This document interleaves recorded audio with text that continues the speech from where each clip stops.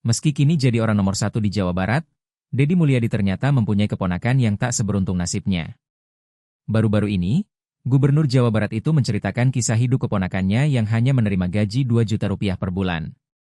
Diceritakan keponakan Deddy Mulyadi itu berprofesi sebagai pegawai honorer di Pemda Purwakarta. Ia mengabdi sebagai pegawai honorer selama 15 tahun. Deddy Mulyadi menyebut potret kisah hidup keponakannya itu sebagai gambaran kondisi para honorer di Jawa Barat yang menurutnya memprihatinkan. Dengan gaji honorer 2 juta rupiah tersebut, keponakan Deddy Mulyadi mencari cara untuk mencukupi kebutuhan sehari-hari. Hingga akhirnya sang keponakannya pun terpaksa nyambi jualan gorengan bala-bala. Namun, tak terduga justru penghasilannya jadi penjual gorengan tersebut justru lebih besar dari gaji honorernya. Ia menyebut penghasilannya dari jualan gorengan dalam seminggu bisa mengumpulkan uang 3 juta rupiah. Dari kisah getir orang terdekatnya itu, Gubernur Jabar Deddy Mulyadi juga menyoroti ketimpangan upah tenaga honorer dan potensi penghasilan di sektor informal, terutama kuliner UMKM.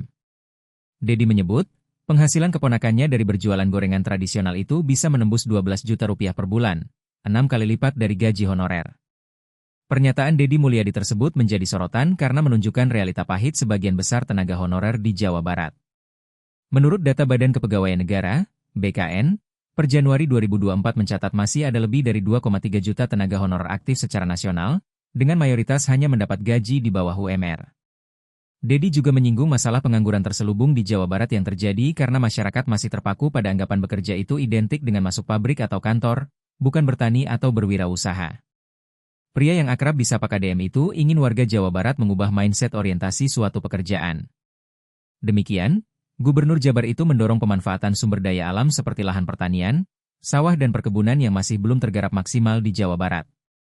Menurutnya, daerah Jawa Barat masih punya potensi besar untuk mengembangkan ekonomi berbasis pariwisata dan pertanian, terutama bagi anak muda.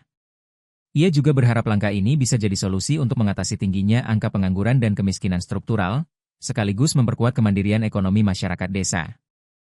Download Tribun X sekarang, menghadirkan lokal menjadi Indonesia.